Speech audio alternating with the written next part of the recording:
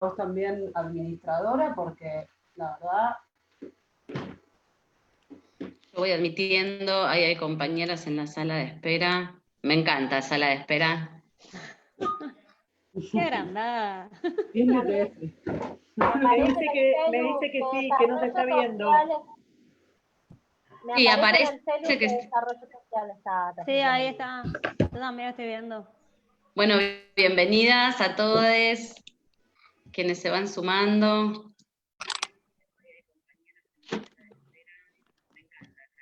Pero sí, se ve re bien.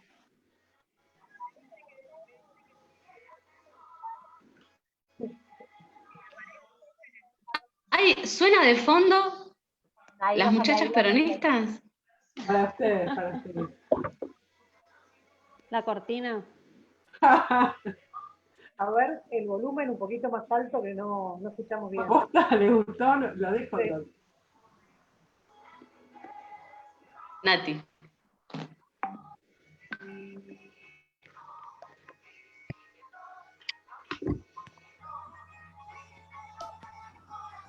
Sí, está bueno.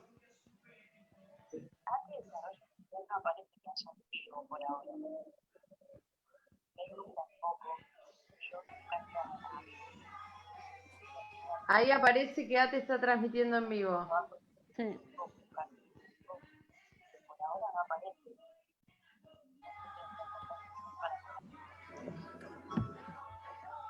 ¿A mí se me escucha bien o muy despacio? Sí, perfecto. No, perfecto. Ahora esperamos unos minutitos que se siguen sumando algunas compañeras y empezamos, ¿les parece? Hola, Flor. Hola, Jole. Carita, ¿cómo andás? Anda, comandanta. Tengo un problema con el sonido, no escuchaba. No sé qué pasa. Estoy del celu. Esto es tremendo. No, avisen, sí, estamos transmitiendo en vivo. Ah, bueno. Me llamo Silencio. Bueno, son las cuestiones del aislamiento y del encierro. Es bastante complejo para todos esto.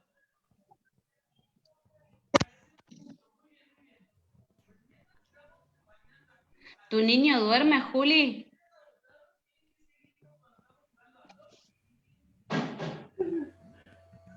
No se escucha, Julia.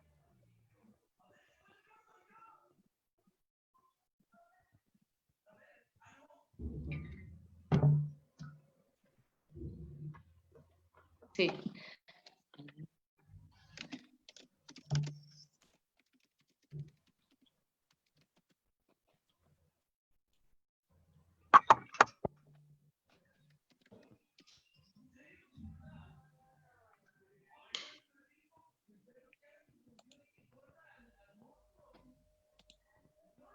Tiene la virome del manos, Julia. Sí, me pareció ver lo mismo.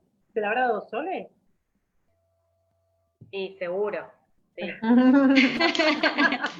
Nuestro programa emblema, Manos a la Hora. ¿Quiénes son de manos? Alguien. Levantan las manos. Quiero los teléfonos.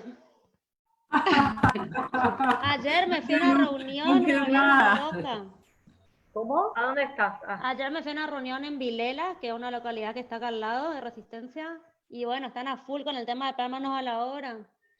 Y yo me fui porque no había otra para que vaya, porque cero manos a la obra, más que los talleres familiares en su época, pero nunca armé uno. Y me hacían preguntas que las respondía todas, pero no sé si eran verdad o mentira. Y así que después ya necesitar una orientación, porque por lo menos para guiarlo, después no sé quién evaluará. Yo soy trabajadora social, pero... no sé si hay una compañera Silvana ahí en Chaco, ¿no? Vicky. Ella es mi coordinadora. Claro. Silvia. Ah, Silvia. Claro, Igual Silvia. después, Evita nos cruzó porque justo tenés dos compañeras de región de Chaco. Laburamos en Chaco, así que después charlamos bien. Ah, buenísimo, dale. Listo. Exacto, chicas, ya pueden tener una reunión de trabajo acá mismo. Sí, ya está.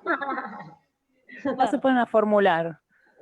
Ya se armó, en el vivo se armó una reunión de trabajo. Así somos Exacto, las evitas. mujeres, las evitas, ¿entendés? No para, rosquea reunión, rosquea recurso, No todo. se pierde el tiempo. Excelente, Mariana, ese contacto ahí. Bueno, sí, súper.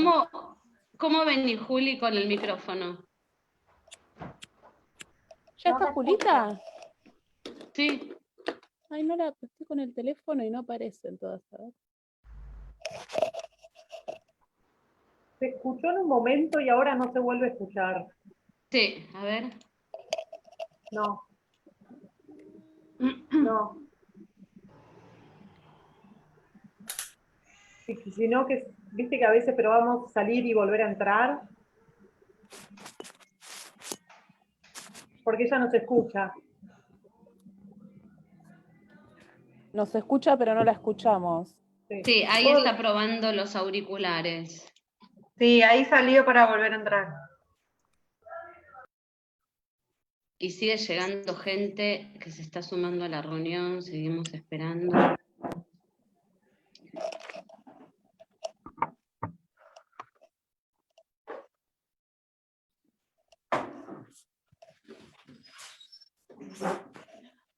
Me gusta la puntualidad de este grupo, ¿eh? Sí, por favor, te lo pido. Eso es algo que tenemos que proponernos trabajar mucho. Sí, es un tema clave. En Entre Ríos se empieza en punto aunque solo seamos los delegados. Está bien. Se empieza. Muy bien las ganadoras. Bravo, las ganadoras del sorteo. Gracias, ya que si alguien está viendo este vivo, que seguramente muchos compañeros, gracias a todos los que participaron de los sorteos. Se van 2 libros de Julia, uno para Matanza y otro para el edificio de Cañitas. No sé dónde vive la compañera. Muy bueno.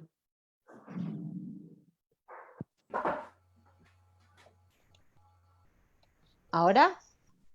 Sí. Perfecto. Bien. Muy bien. Hola. Bueno, comenzamos. Acabar, ¿no? El típico, claro. Unos golpecitos y se arregla. Es eso, nos quieren engañar con servicios técnicos y qué sé yo, es enchufar, contar hasta 10 y volver a enchufar. Y listo. Bueno, Ju, gracias por aceptar esta invitación. Un poco te presento a este nosotras colectivo, que somos todas trabajadoras estatales del Ministerio de Desarrollo Social de la Nación, y esta charla con vos la pensamos en sintonía con una serie de charlas que venimos pensando. Hicimos la primera conversación con Dora. Les pido algo, quienes no estén hablando, silencien los micrófonos, así no se filtran audios. Cuando quieren hablar, los abren. La primera charla, como te contaba, la hicimos con Dora, y bueno, este conversatorio lo pensamos con vos en función de algunos debates que nosotras nos venimos dando, ahora virtualmente, pero comenzamos ya hace un tiempo a darnos presencialmente, en relación a diversas cuestiones. Y tu libro, particularmente, el de Eva y las mujeres, nos llevó a tal vez a reflexionar sobre algunos ejes, que es los que queríamos en esta instancia poder dialogar con vos. Para eso, yo le voy a pasar la palabra a la compañera Mariana, para que ella te cuente un poco el primer eje que nosotras pensamos que sería interesante que charlemos, que podamos discutir y que podamos aportar. Mariana. Bueno, Tiene la gracias. palabra. Hable. Dale, gracias Flor. Bueno, buenas tardes, yo soy Mariana, soy compañera del Centro de Referencia de Chaco. Es mi primera participación en este espacio de género de ATE. Si bien siempre estoy atenta o compartiendo con el compañero que está a cargo del interior, en esta oportunidad, bueno, pudimos ser parte de estas reuniones y sumarnos. Es una de las cosas buenas que trajo esta pandemia, por decirlo de alguna manera. Desde el espacio de género, a través de tus publicaciones, por ejemplo, de tu libro Eva y las mujeres, que nos invita a reflexionar, se plantearon algunos ejes interesantes que te los queremos presentar y compartir. Te lo voy a leer para ser más específica y que vos nos puedas dar tu comentario, tu pensar, tu opinión. Dale, buenísimo. Este eje a reflexionar trata de Evita, el primer peronismo, el Partido Peronista Femenino, el rol de las delegadas en la militancia por la conquista del voto, la mujer en la política, la salida del hogar, Evita y el feminismo ilustrado. Esos son algunos de los puntos del primer eje que nos gustaría desarrollar. Un montón. Picante. Sí, un montón. Sí, yo también cuando lo vi dije bastante, ¿eh? Para que tengas una idea, digamos. Algo tiene que salir. No, y sobre todo también viendo que a nosotras nos interesaba, digamos, también poder recuperar sobre todo esta experiencia que Eva supo parir con el armado del primer partido peronista femenino, que es de algún modo la federalización de la militancia, ¿no? Digamos, esa convocatoria a todas las mujeres. Bueno, charlar un poco acerca de eso. Está buenísimo. Está bárbaro. Bueno, yo voy tirando algunas líneas y ustedes, nada, se van metiendo. Para mí está buenísimo que sea una conversación esto, que tenga ese tono, porque obviamente, bueno, muchas de ustedes saben más que yo, así que nada, para mí está bueno también darle ese tono. Agradecerle a Florcita por invitarme a este espacio. No sé si todas conocen la experiencia del Partido Peronista Femenino, así que digo algunas cosas muy, muy primeras, muy básicas, como para que estemos todas más o menos con una misma base. El Partido Peronista Femenino se crea en el año 1949 y se crea con el objetivo de que sea una herramienta, en principio ligado a una ley que se había sancionado 2 años antes, en el año 1947, que es la ley que se conoce como la ley del voto femenino, pero que en verdad es la ley de los derechos políticos de las mujeres, porque no solamente habilitaba el voto femenino, lo hacía obligatorio, secreto, o sea, igualaba el voto masculino al voto femenino, sino que además, más importante aún diría, habilita a las mujeres a ocupar cargos políticos, ¿no? Habilita a las mujeres a ser diputadas, a ser senadoras, a ejercer los mismos cargos políticos que ejercían los hombres, ¿no? Entonces, la ley es todavía más importante que el voto femenino, es además de los derechos políticos de las mujeres, así se llama, Ley de los Derechos Políticos de las Mujeres.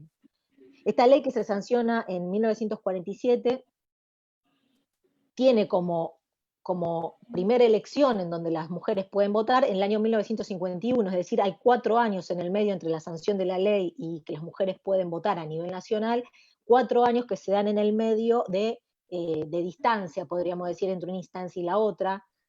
Y este tardar tiene que ver con varias cosas. Quiero decir, hubo elecciones legislativas en el medio en el cual las mujeres no votaron a nivel nacional y podrían haberlo hecho porque la ley ya estaba sancionada. ¿Con qué tiene que ver esta demora? Digamos, con varias cosas. Entre otras, con que había que empadronar a las mujeres para que votaran. Tenían que tener no había libreta, las mujeres no tenían libretas cívicas. O sea, pensemos eso, ¿no? A mediados del siglo XX las mujeres no tenían libreta cívica. El padrón estaba hecho hasta entonces por el ejército, por el régimen militar, que era solamente obligatorio para los hombres. Entonces hubo que hacer un nuevo padrón civil, esta vez ya sacarlo de las manos militares, para poder incluir a las mujeres. Bueno, todo ese trabajo de armar un nuevo padrón, de darle libreta cívica a todas las mujeres, fue un trabajo que demoró, que hizo esta demora de 4 años, ¿no? Pensemos que había que llevarle libretas cívicas y enseñarles a votar a mujeres en todo el territorio, como decía Florcita antes, ¿no? La federalización de un mapa político.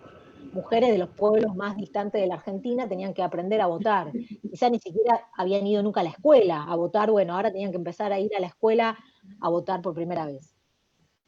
Entonces se da esta demora que tiene que ver con el Partido Peronista Femenino, decíamos, o es una herramienta para hacer esta entrega de libretas cívicas, para recorrer todo el territorio, para enseñar a las mujeres a votar, pero el Partido Peronista Femenino no es solamente eso, no es una herramienta del Estado, o sí, vamos a decirlo así, esto lo charlábamos mucho con Soledad, con la comandanta, cómo pensar la instancia estatal o no del Partido Peronista Femenino, siendo que utilizaba herramientas del Estado, pero que no era del Estado, era un partido político, ¿no?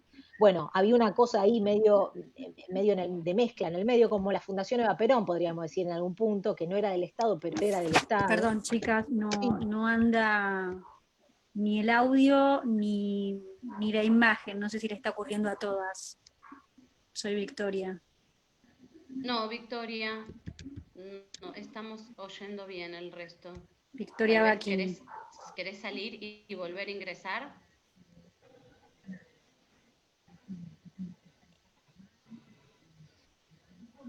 Ahí está, Juli. ¿Seguimos? Vamos a avanzar. Sí, dale. Dale. Me perdí dónde andaba.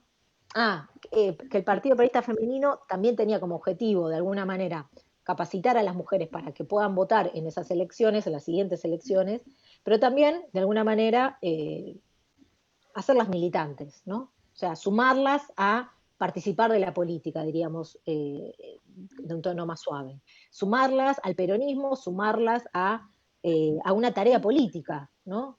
A sumarlas a las unidades básicas, que las unidades básicas se crean alrededor de 3.000 en menos de 4 años, desplegadas por el territorio, es decir, un ritmo de trabajo muy afiebrado.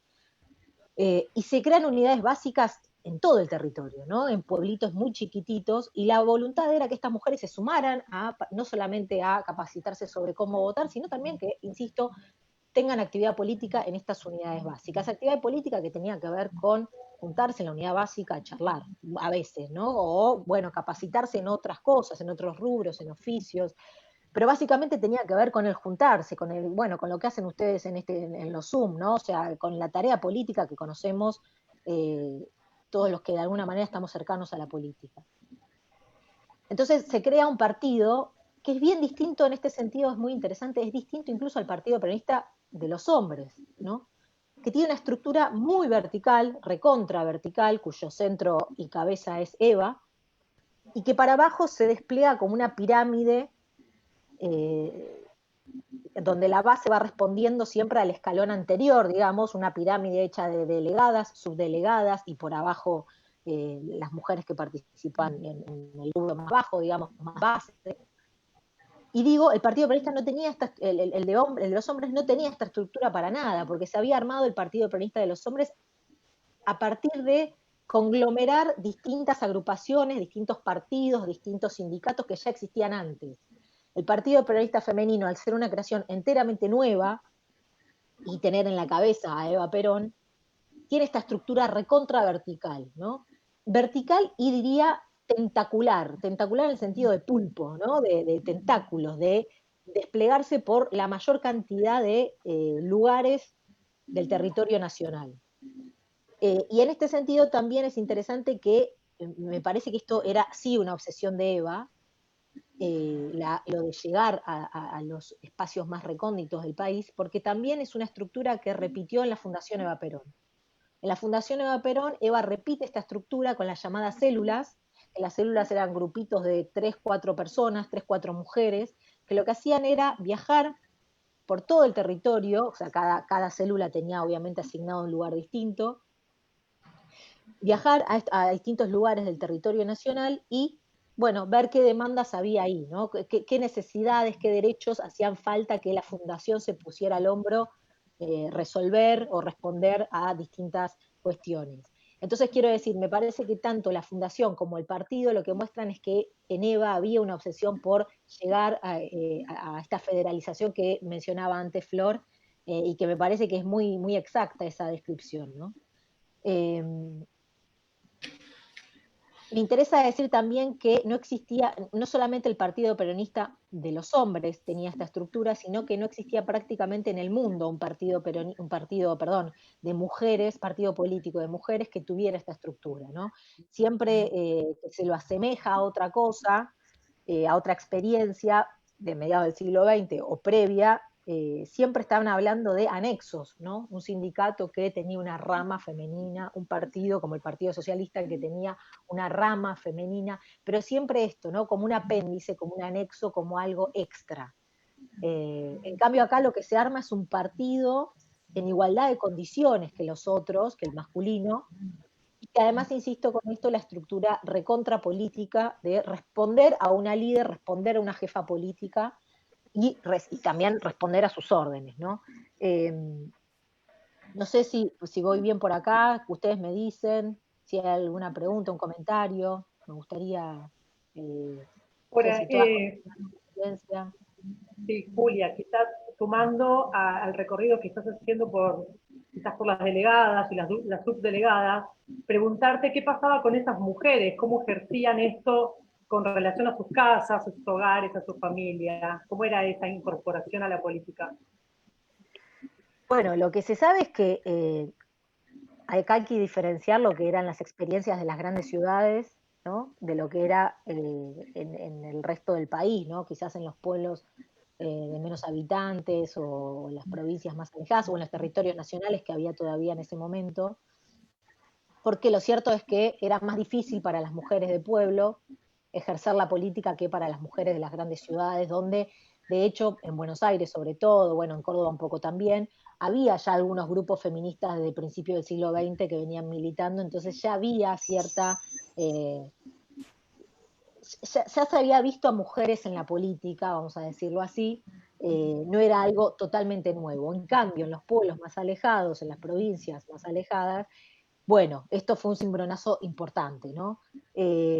Carolina Barri, que es, muchas de ustedes la deben conocer, la que escribió su tesis de doctorado, que publicó en el libro que se llama Evita Capitana, ella cuenta ahí que muchas de estas mujeres lo que hicieron fue crear las unidades básicas en sus propias casas, ¿no? Es decir, dar un cuarto de la casa para que sea el lugar donde se reunían, donde tenían lugar estas reuniones políticas, ¿no?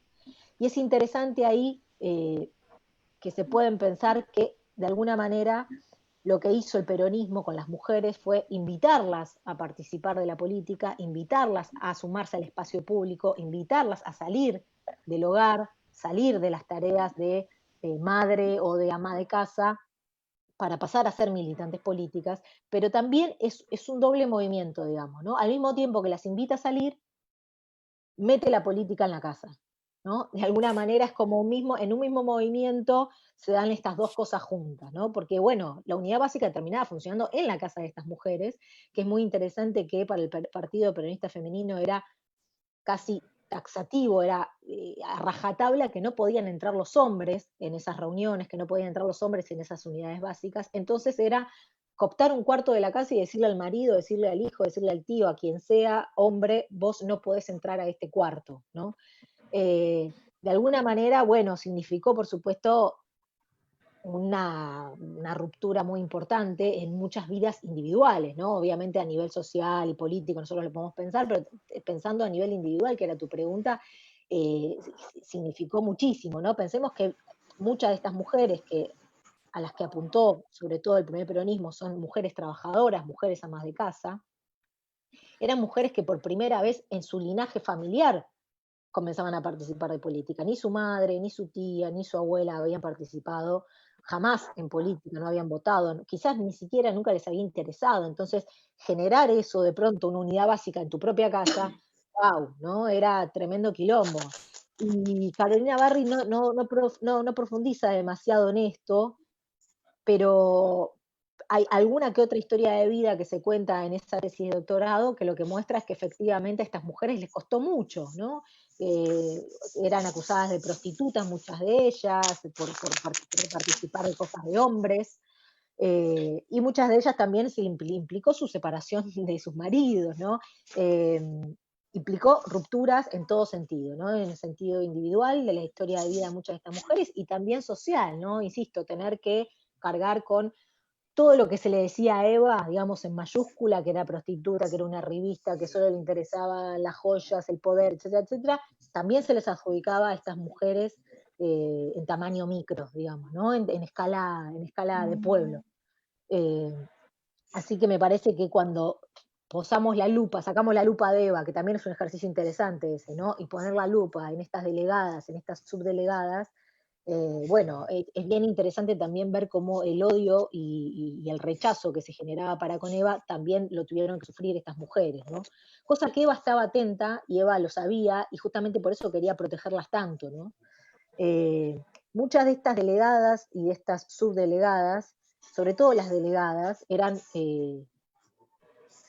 maestras, tenían algún tipo de incidencia en el pueblo, ¿no? Quiero decir, eran o maestras o celadoras o ejercían algún tipo de profesión en el pueblo. Quiero decir, la escuela ahí tiene un rol importante,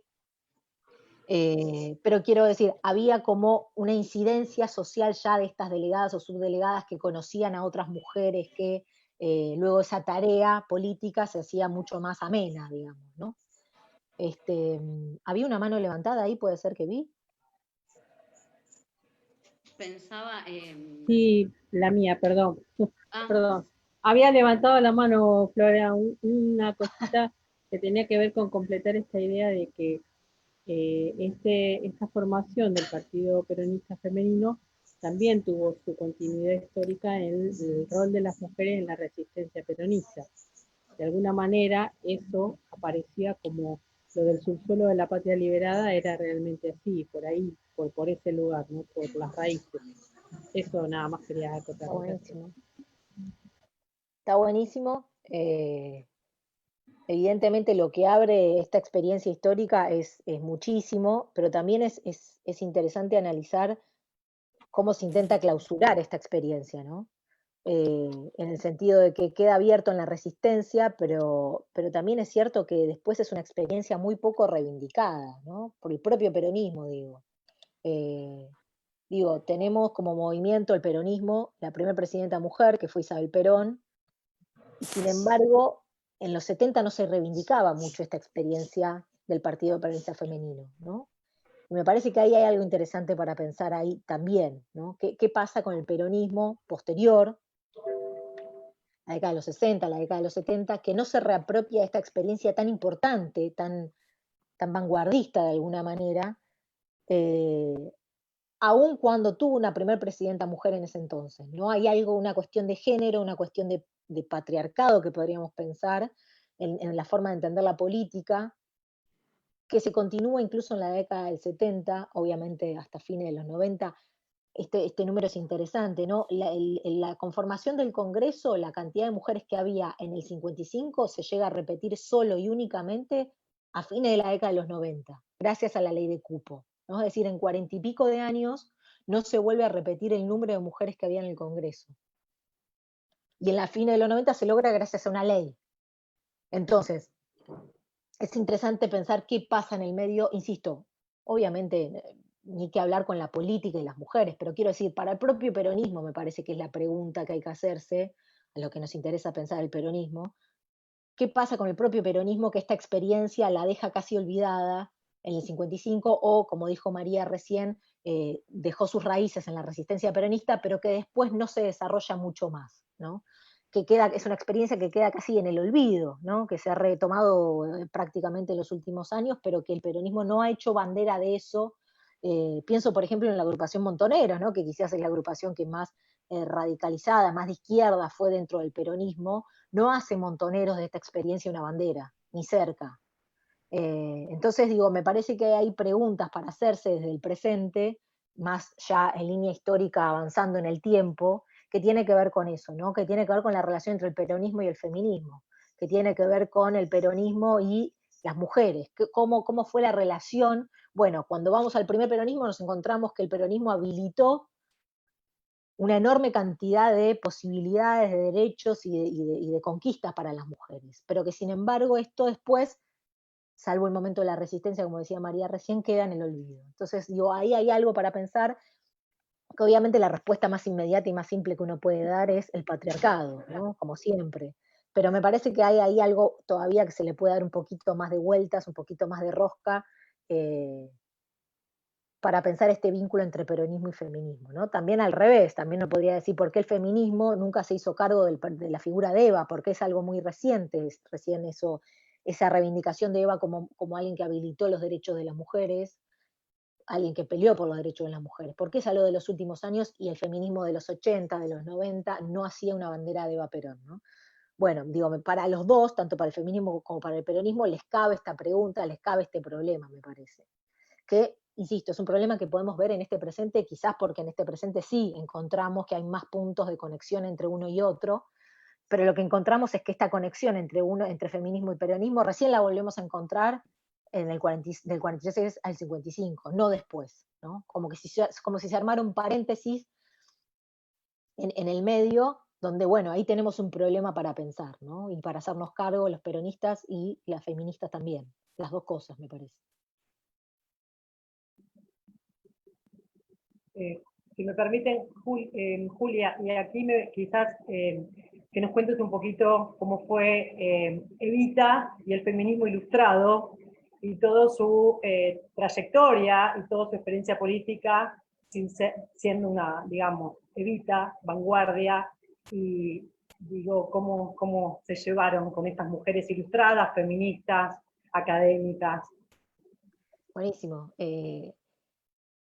Bueno, ahí es bien interesante el primer feminismo, digamos, el feminismo como lo entendemos hoy, en Argentina, digamos, o se puede ver desde el principio del siglo XX, ¿no? Que es que cuando comienza a hablarse ya de la necesidad de que las mujeres puedan votar. El primer proyecto entra en la Cámara de Diputados, si no me equivoco, en 1919, y a partir de entonces, hasta el 47, que se termina efectivamente sancionando, se presentan una gran cantidad de proyectos, todos de las manos de estas agrupaciones feministas que se consideran a sí mismas feministas, y que, como dice Alfonsina, es un feminismo que se ha tildado de feminismo letrado, ¿no? Y que es interesante ¿qué quiere decir letrado en la primera mitad del siglo XX? Quiere decir de clases medias o clases altas, ¿no? Porque eran los sectores que tenían la capacidad de acceder a los bienes culturales, ¿no? En ese entonces alguien, como dijo Vidal, ¿no? Un pobre no llegaba a la universidad.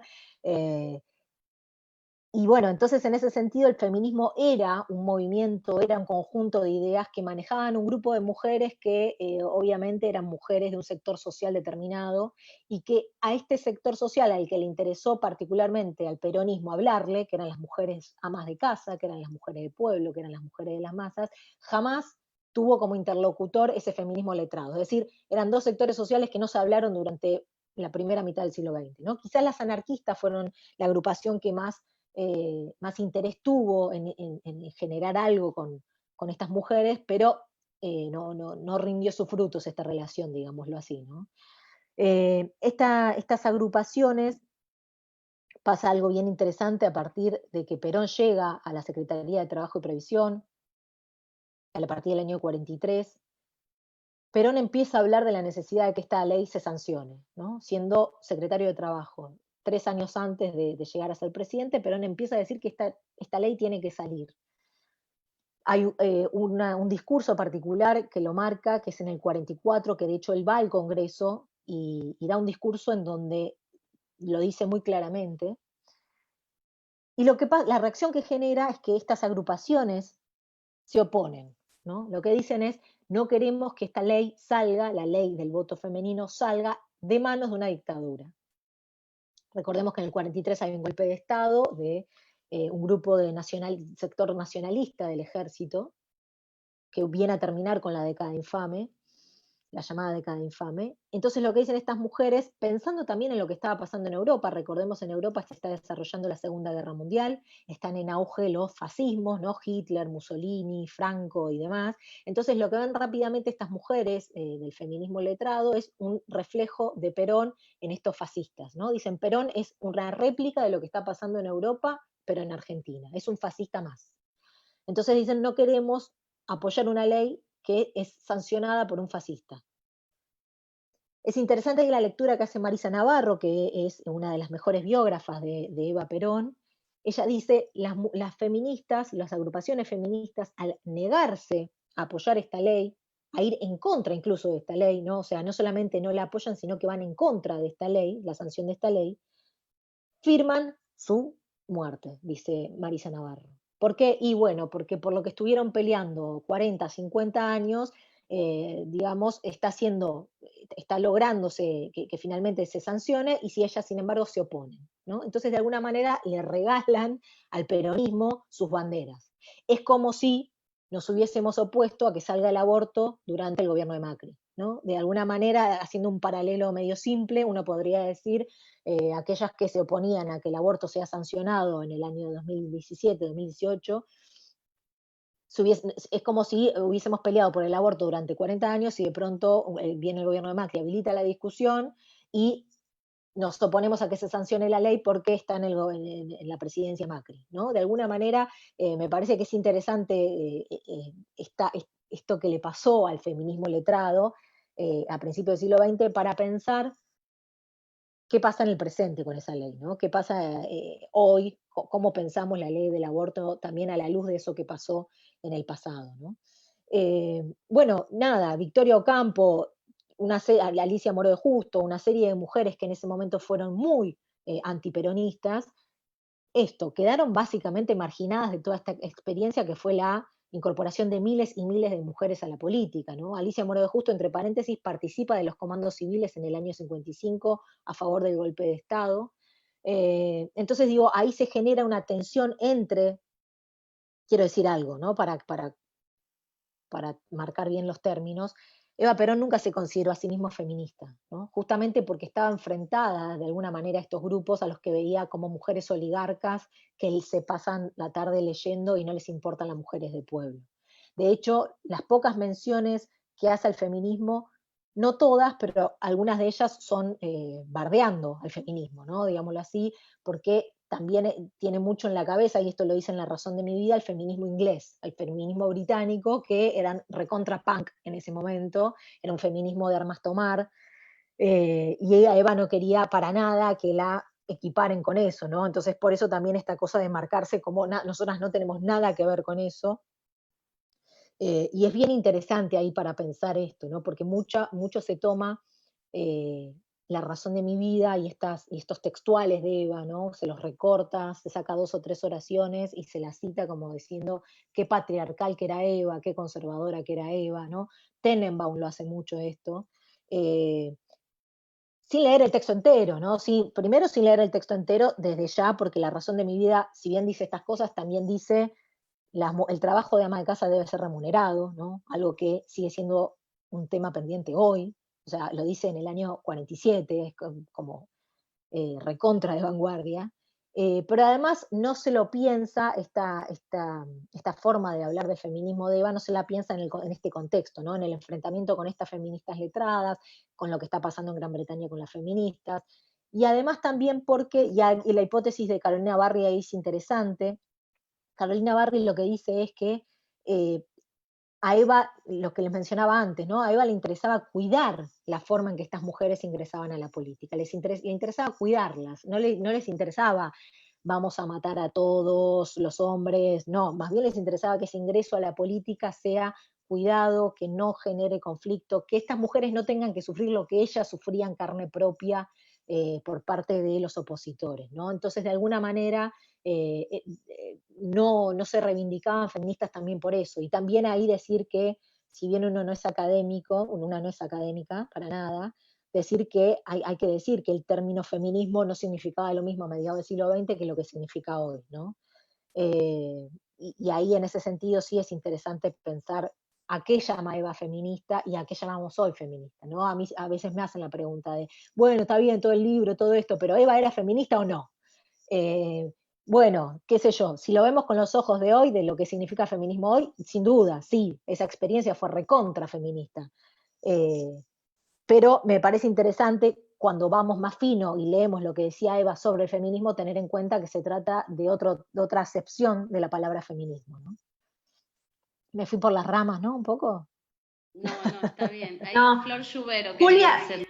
sí, hola, ¿cómo te va?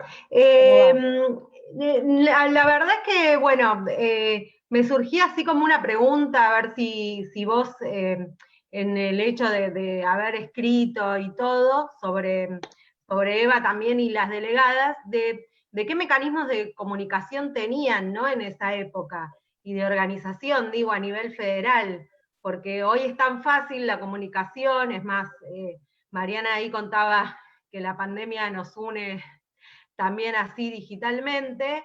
Digo, ¿qué mecanismos utilizaba Eva en esto del verticalismo y todo, como para poder comunicarse con las delegadas y poder organizarse federalmente? Bien.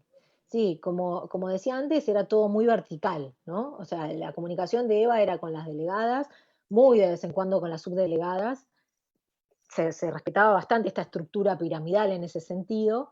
Lo que se sabe es que hablaban por teléfono y fundamentalmente informes, ¿no? Que las delegadas, las subdelegadas enviaban a las delegadas y las delegadas enviaban a Eva, ¿no? Tenían que enviar informes, no me acuerdo si semanal o quincenal, pero con una periodicidad bien marcada, bien regular, digamos, contándole a Eva todo lo que pasaba en la unidad básica, ¿no? Quiénes iban, quiénes no iban, cuántos se reunían, cuántos no se reunían, como una cuestión bien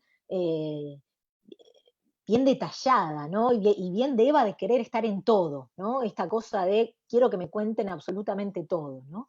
Entonces estas dos vías, teléfono y además lo que hacía Eva era, sobre todo con las delegadas, era que viajen a Buenos Aires a tener conversaciones personalmente, ¿no? Que viajen las delegadas también con cierta periodicidad, que viajen a Buenos Aires a tener reuniones con ellas. Y también otro dato interesantísimo en esto es que las delegadas no podían ser del mismo territorio de donde ellas eran. Es decir, si vos, Florencia, naciste en Corrientes, por decir algo, no podés ser delegada en la misma provincia, sino que tenías que ir a otro lado a ser delegada, porque lo que buscaba Eva, lo que decía Eva era que no quería formar caudillas, sino que lo importante era el partido, ¿no? Lo importante era la estructura partidaria, entonces las movía de lugares, digamos. Las subdelegadas sí podían ser del lugar, pero las delegadas no. Como un pensamiento sobre el partido recontra importante, ¿no? Como de alguna manera el peronismo tiene esto, ¿no? Como que es recontra personalista en el sentido de que todo dependía de Eva y la cabeza estaba Eva, pero también pensando en la estructura, ¿no? Como que de alguna manera Eva pensando que esto la sobreviva, que esta estructura pueda sobrevivir por encima de ella de alguna manera, que el día que ella no esté más esto pueda seguir existiendo, y de hecho pasó, ¿no? Eva muere en el 52 y hasta el 55 esta estructura se mantuvo. No solamente se mantuvo, sino que en las elecciones siguientes renovó diputadas y senadoras constantemente. Bueno, y la comunicación era constante entre ellas, ¿no? Ya sea de una forma u de otra, había como una cosa de Eva estarles encima, ¿no? Bien Perdón, interesante. una última pregunta así para hilar con esto. ¿Y esos documentos, hay documentos No, de... está buena la ¿No pregunta. los quemaron todos?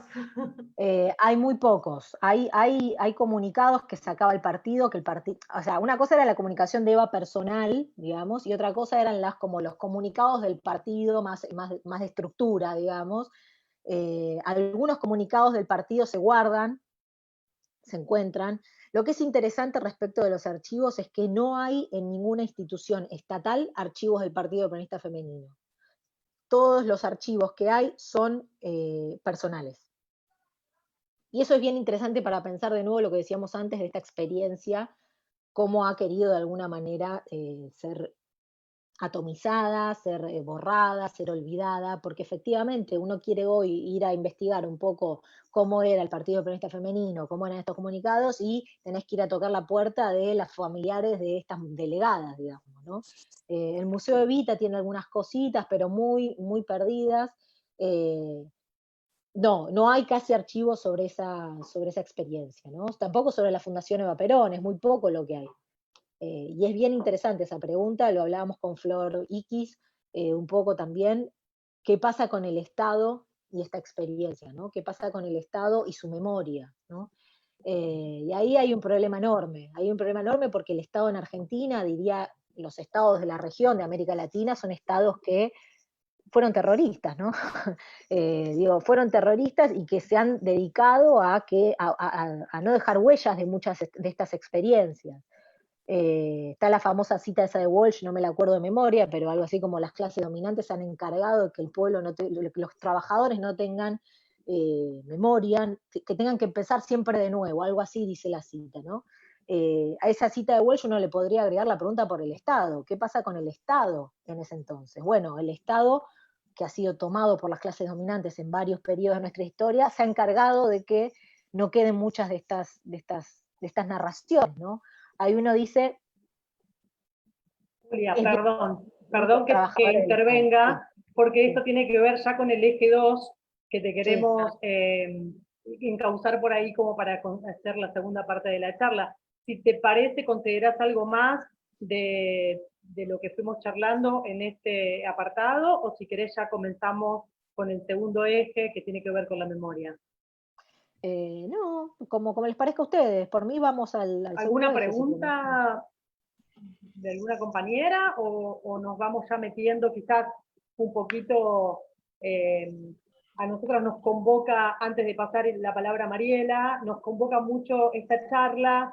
Primero, siempre con las compañeras en el espacio de género, compartimos que no es poco el lugar donde trabajamos en el ministerio, que conocemos de la Fundación Eva Perón, Evita, digo, todo lo que es el estar trabajando, gestionando la política pública, nuestra relación desde distintas formaciones que cada una tiene, desde el trabajo, la militancia, muchas referentes sociales, nosotras cuidando, haciendo, acompañando el feminismo, atravesando la vida también de nosotras, como trabajadoras, y siempre con este germen de Evita, que más claramente empezamos a tener también muchas, a partir de quizás el libro, las experiencias del Comando Evita, que acá en desarrollo hubo un grupo interesante que participó, y ahí nos fuimos como acercando un poco a la obra, pero también a conocer un poco más en el detalle lo fino, que poco se sabe de la historia, y que poco también en el ministerio se guarda registro, sobre todo la política social, que tiene que ver casi en un 90% con la asistencia. Entonces ahí también nosotras siempre estamos en esas charlas donde discutimos, reflexionamos, nos acompañamos, debatimos, pero en una construcción también hacia un feminismo, creo, más ligado a lo popular, siempre digo, formándonos con académicas, invitando y teniendo intercambio y la mayoría también información en esto, pero también muy ligado al feminismo popular que tanta relevancia está cobrando en estos tiempos. Así que un poco eso también te queríamos compartir, y bueno, ya le doy la palabra a Mariela, que va a adentrarnos en el eje 2 de la conversación. Buenísimo. Bueno, hola Julia. Igual, hola, ¿cómo? ¿Qué tal? Venía como, el eje histórico venía como vinculándose con esto de la producción de conocimiento y de la memoria de las acciones del Estado, y por ahí, para que nos puedas contar un poco tu experiencia en el archivo Prisma. Buenísimo. Dale, sí. Yo estuve trabajando ahí, el archivo Prisma, es el archivo histórico de RTA, es Radio y Televisión Argentina, es decir, era el archivo que tenía el acervo, digamos, de lo que había sido el archivo de Radio Nacional y el de Canal 7, es decir, los medios de comunicación del Estado. Y fue una experiencia del último gobierno de Cristina, ella lo crea con un decreto en el año 2013, que es bien interesante la experiencia porque de alguna manera nos permitió pensar cómo el Estado guarda su memoria, ¿no? Cómo el Estado, qué hace el Estado con su propia memoria, digamos, ¿no? Porque de alguna manera nosotros, cuando nos pusieron al mando de esa tarea, dijimos, wow, vamos a encontrar toda la televisión del año, la televisión se crea en el año 51, el 17 de octubre, justamente es el primer discurso, el primer acto político que se emite por televisión. Y dijimos, wow, vamos a tener todas las horas de televisión del primer peronismo, todas las horas de televisión de la década de los 60, vamos a tener un montón de cosas para catalogar y para ver y demás. Y la verdad que la realidad con la que nos encontramos fue muy distinta. La realidad con la que nos encontramos es que Por ejemplo, para dar un dato, ATC, que era el lugar donde nosotros teníamos nuestras oficinas, donde funcionaba el archivo, vieron que está en ese edificio, en la calle Figueroa Alcorta, en el barrio Parque de la Ciudad de Buenos Aires. Bueno, se mudó ahí en el año 78, por el Mundial 78, pusieron unas antenas especiales para transmitir a color en ese lugar, y antes había estado en otro edificio en el centro. Bueno, ¿qué pasó? Cuando hacen la mudanza, la dictadura deja todos los acervos, es decir, del año 51 al 78, en el viejo edificio, nunca los muda, nunca hace esa mudanza. ¿Qué pasa? Se pierde toda la programación del año 51 al 78. No hay casi archivos de la televisión, de ATC, de la televisión pública argentina, del año 51 al 78. Lo que hay son pequeñas piezas que se han rescatado mucho tiempo después, pero en ese momento se tiró absolutamente todo, ¿no? Algo parecido pasa con Radio Nacional, y a partir del 78 en adelante nos volvimos a encontrar con agujeros, es decir, nos costaba mucho encontrar una programación de un año entera, era dificilísimo. No solamente y ahora sí lo quiero decir, no solamente porque el Estado en Argentina en determinados periodos fue terrorista y entonces aplicó la censura para con sus propios archivos, sino también porque muchas veces lo que primó fue el menemismo, vamos a decirlo de otra manera, ¿no? Quiero decir, ya no era la censura lo que hacía borrar archivos, sino el desguace, ¿no? Sino el vaciamiento. Lo que pasaba en Canal 7 muchas veces es que no había plata para comprar rollos, para sacar el vivo, digamos, para emitir programación, entonces lo que se hacía era regrabar sobre el archivo. Se usaba la cinta, que era archivo, para emitir el nuevo programa, perdiendo ese archivo, ¿no? Entonces quiero decir, ya sea por censura o por vaciamiento, otras veces por robo, otras veces por distintas cuestiones, el archivo de Canal 7 y de Radio Nacional es un archivo, es un colador, vamos a decirlo así, ¿no? Está lleno de agujeros, lleno de agujeros. Me parece, hablo de esta experiencia y cuento esto porque me parece que es bien aplicable a otras dependencias del Estado, es aplicable a cómo el Estado argentino se piense a sí mismo, es aplicable a cómo el Estado argentino busca o no hacer memoria de su propia historia, vamos a decirlo, ¿no? En este sentido, me parece que, por lo menos lo que nos pasó a nosotros en esa experiencia del archivo de RTA, fue que la gran cantidad de piezas que se preservaron, la gran cantidad de piezas que siguen estando en ese archivo, fueron preservadas gracias a los trabajadores y trabajadoras de ese lugar, ¿no? Quiero decir, muchas veces fueron las manos de trabajadores y trabajadoras que guardando, salvando, preservando ese acervo, esos archivos de la censura, del vaciamiento o de lo que sea que la nueva gestión venía a imponer, gracias a esa mano que de pronto lo guardó en un cajón, lo guardó en una caja, lo guardó en una oficina que nadie va, en una dependencia que no se va mucho, es que tenemos grandes piezas, por ejemplo, cadenas nacionales de Videla o, no sé, cadenas nacionales de Perón. Todo eso que hoy existe en ese archivo, la gran parte de ella se preservó gracias a los trabajadores y trabajadoras del canal que decidieron que eso no tenía que borrarse, ¿no? Porque si hubiese sido por alguna de esas gestiones, eso ni siquiera existía. Y eso me parece importante como punto para pensarse también como trabajador y trabajadora del Estado, ¿no? Eso, digo, me parece que hay algo ahí para reflexionar de la permanencia que tienen los trabajadores. Digo, las gestiones pasan, los trabajadores quedan, vamos a decirlo así. Bueno, hay algo que hacer para habitar el Estado, que es defender no solamente la institución, no solamente las políticas, sino también la propia memoria del Estado, ¿no? Ahí me parece que hay una tarea fundamental que los tiene como protagonistas, las tiene como protagonistas, ¿no? Qué lindo lo que decís, Julia. Qué lindo. No, porque digamos, porque sí, es así, y además que se mezcla también con muchas de nuestras discusiones, digamos, nosotras laburamos, entendemos también como en un ministerio con mala prensa, digamos, ¿no? Digamos, el Ministerio de Desarrollo Social no es un ministerio. Trabajamos, digamos, con problemas sociales agudos, complejos, estructurales, todos planeros, entonces, y realmente lo cierto es que también esto lo hablamos mucho, somos un ministerio que produce poco conocimiento, tiene mucho dato, produce, ayer lo hablábamos en una asamblea también con compañeros del 9 de julio, produce mucho dato, pero produce poco conocimiento con ese dato, ¿no? Es como si te dije, y después esos datos no sirven para nada. Y hablando de dato, también hay un dato que yo supe, que la Fundación Eva Perón tuvo a cargo el primer relevamiento de barrios populares, digamos, si se quiere de algún modo, ¿no? Digamos, nuestra política social argentina, nuestra manera de intervenir en la política social tiene su germen en la Fundación Eva Perón, que linkea intervención estatal y territorio, ¿no? Digamos, no se piensa en un Estado burocrático. Ahí hay una gran discusión también en relación al pensar y el hacer, digamos, que son discusiones también históricas, sí, y el Estado y la burocracia, digamos, pero nosotras como trabajadoras estatales creemos que el Estado es una herramienta al servicio del pueblo.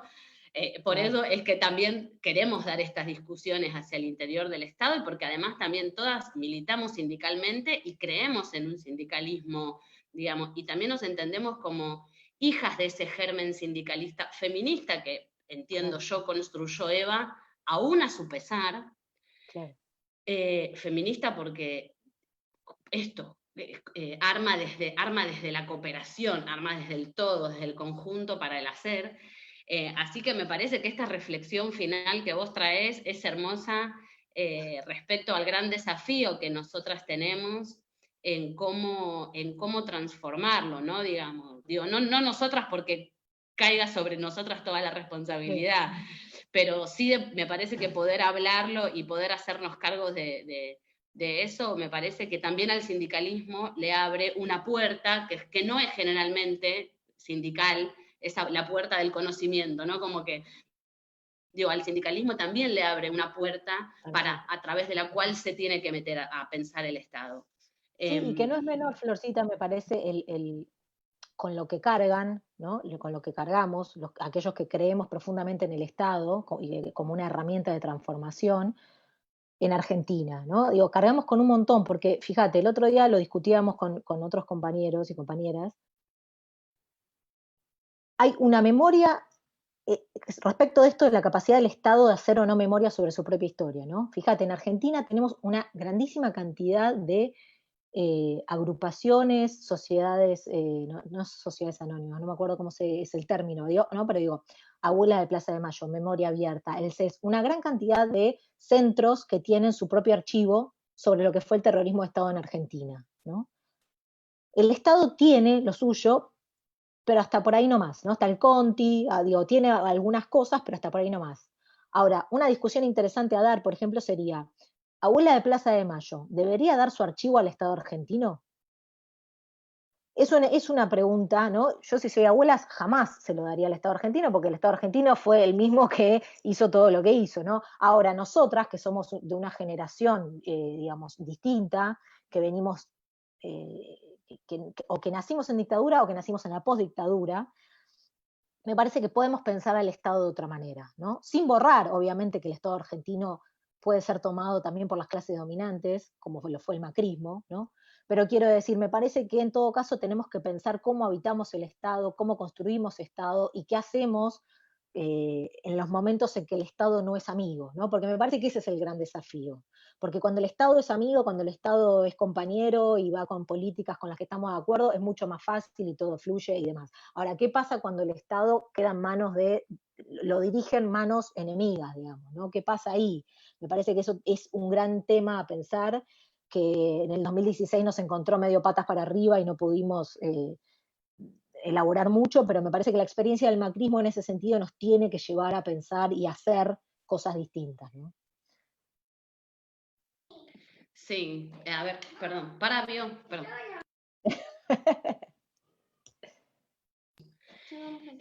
Acá está mi hija. Bueno, ya son las 4 y habíamos acordado 1 hora de conversación. Me parece que fue una hora hermosa, que te agradecemos muchísimo, Julia, porque la verdad que nos das un montón de aire, nos seguís abriendo.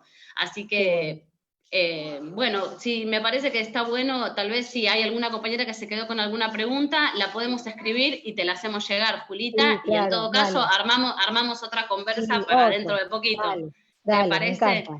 Sí, gracias por la invitación. ¿Nos hacemos una foto antes de Sí, irnos? claro. ¿Les ¿Cómo es? Yo no parece? sé cómo se hace. Miremos a la cámara y yo cuento Ah, hasta ok. 3, ¿quieren? Y hago como un Dale. print de pantalla. Ahí va, ¿eh?